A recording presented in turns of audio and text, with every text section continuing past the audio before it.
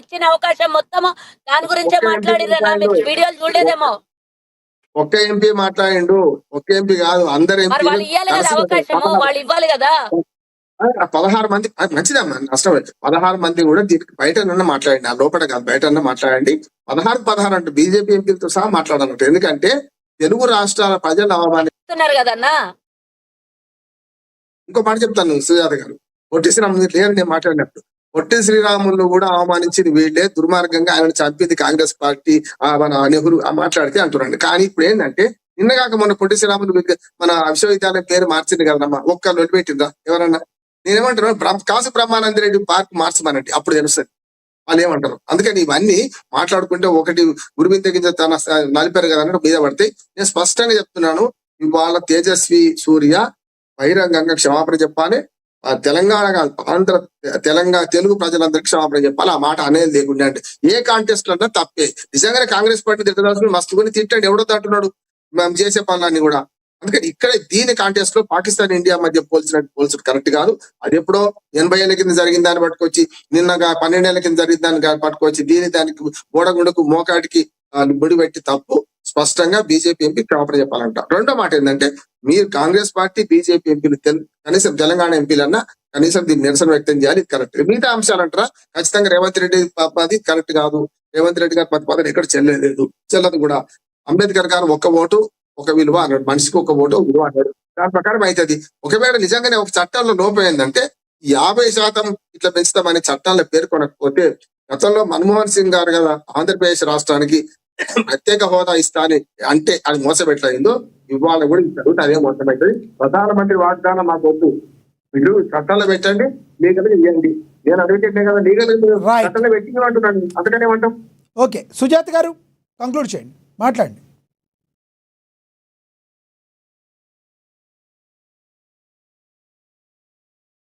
గారు మాట్లాడండి sir, conclude చేయండి.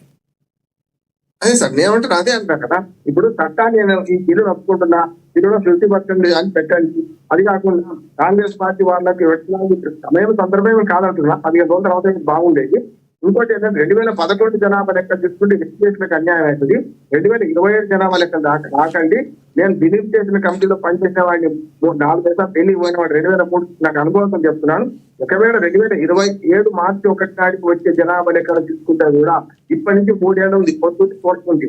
ఇప్పటి నుంచి 3 ఏళ్ళ టైం ఉంది కనుక మీరు 2027 జనాభా లెక్కలు తీసుకోండి. దాంతో అన్ని జనాభా లెక్కలు టీచర్లకు కూడా రిజర్వేషన్ కావాలని కొట్టాడదాం, టీచర్ రిజర్వేషన్ ఇప్పిద్దాం. 1 సంవత్సరంలో డిలిమిటేషన్ అయిపోతుంది, మన జనాభా లెక్కలు అయిపోతే. ఇలాంటి మొదలైన 1 సంవత్సరంలో డిలిమిటేషన్ అయిపోతుంది. డిలిమిటేషన్ ఇవ్వడానికి 2-3 ఏళ్ళు పట్టదు. అన్ని కాగితాలు పేపర్లెస్ జరుగుతుంది. లక్ష్మణ గారు, నేను చంద్రబాబు నాయుడు గారు అక్కడ నమోదు చేస్తున్నాడు కదా, అంత కంప్యూటర్ అండి బిఎన్ఓ. అందుకని ఈ 2025 తెలంగాణ ఎన్నికలు కూడా 33% మహిళలతో జరపాలని కోరుతున్నాడు. రైట్, సుజాత గారు కంక్లూడ్ చేయండి. రైట్, వెంకటరెడ్డి గారు కంక్లూడ్ చేయండి సార్. వెంకటరెడ్డి గారు, ఇప్పుడు ఒకటి, ఇవాళ పార్లమెంట్ లో జరుగుతున్న 2 బిల్లుల మీద చర్చ విషయం లోపల కాంగ్రెస్ పార్టీ కొత్త ఉడికిపోతున్నది. దాని రాజకీయ భవిష్యత్తు అనేటువంటిది ఏందో అర్థమైతే లేదు. ఇప్పుడు వాళ్ళు ఏ దానికి ఒప్పుకోరు, జనాభా ప్రాతిపదికన పెంచడానికి ఒప్పుకోరు, 50% ఒప్పుకోరు. ఇది వాళ్ళు మాట్లాడేది 543 సీట్ల మీద వంతాడిస్తే సరిపోతుంది అంటారు. అరే మేము ఎక్కువ ఇస్తున్నాము, ఇంకో 100 సీట్లు ఎక్కువ వస్తాయి మహిళలకు. కాబట్టి దీన్ని డైవర్ట్ చేయాలంటే ఏదో ఒకటి పట్టుకోవడం. ఆ కంటెక్స్ట్ వేరు ఆయన మాట్లాడింది. పాకిస్తాన్ భారతదేశము విభజన రకరకాలుగా తెలియ ఉన్నది. ఆ రేవంత్ రెడ్డి అంటే కాంగ్రెస్ విభజన రాజకీయాలు ఇట్లుంటాయి చెప్తున్నాడు. ఆ చెప్పే దాంట్లో అతను ఉపయోగించిన పదజాలం అది. ఆయన మాట్లాడేంత మాత్రం చేత తెలంగాణ ఆత్మగౌరవం మనది దెబ్బతిన్నది కదా ఇక్కడ. రైట్, మేమంతా లేమా తెలంగాణ వాదులుగా, మేమంతా లేమా? అది సంగతి. Right sir, right. రాజమౌళి గారు ఏమని చెప్తారా? అంటే చెప్పేది ఏమున్నది, క్లియర్ కట్ కనబడుతుంది. సుజాత గారు అన్నట్టు, తర్వాత రామ్మోహన్ అన్న కూడా అదే అంటున్నాడు, ఆయన క్షమాపణ చెప్పాలని. అక్కడ క్షమాపణ చెప్పి ఏంటంటే, అరే మన ఆత్మగౌరవాన్ని 15 నిమిషాల టైం ఇస్తే ఒక్కొక్కరిని ఊచకోత వస్తా పోలీసులు పక్క జరుగుతా అన్నాడు. ఆ రోజు మీ ఆత్మగౌరవం ఎక్కడ పోయింది? మీ తెలంగాణ ఆత్మగౌరవం ఎక్కడ పోయిందండి? నాకు అర్థమైతలేదు. ఈ ప్రజలను అడుగుతున్నాను నేను ఇవాళ, వీళ్ళందరూ ఏడబెట్టుకున్నారు అవన్నీ. వాడు ఎక్కడెక్కడో పోయి మాట్లాడుతున్నారు, వాళ్ళు ఒక్కొక్కరిని ఊచకోతగా వస్తున్నాం అంటున్నారు. అప్పుడు వాళ్ళు అంటున్నప్పుడు ఎక్కడ పోయింది? టీసీఎస్లో హిందూ అమ్మాయిల్ని వాడు బరాబర తీసుకుపోయాడు. మొన్న ఒక పోరాడు వాడికి 19 ఏళ్ళ పోరాడాడు 180 మంది అమ్మాయిల ఫోటోలు తీసి వీడియోలు పెట్టి వాడు ఇంకా వాళ్ళు అది కూడా ఇస్తున్నారు, వెబ్సైట్ ఇస్తున్నారు, ఇందులో మీ ఆడవాళ్ళ పోర్నోగ్రఫీ చూడండి రా అని మనకు ఛాలెంజ్ చేస్తున్నాడు. అప్పుడు మన ఆత్మగౌరవం ఎక్కడ పోయింది? అక్కడ లేవై మీ ఆత్మగౌరవాలు.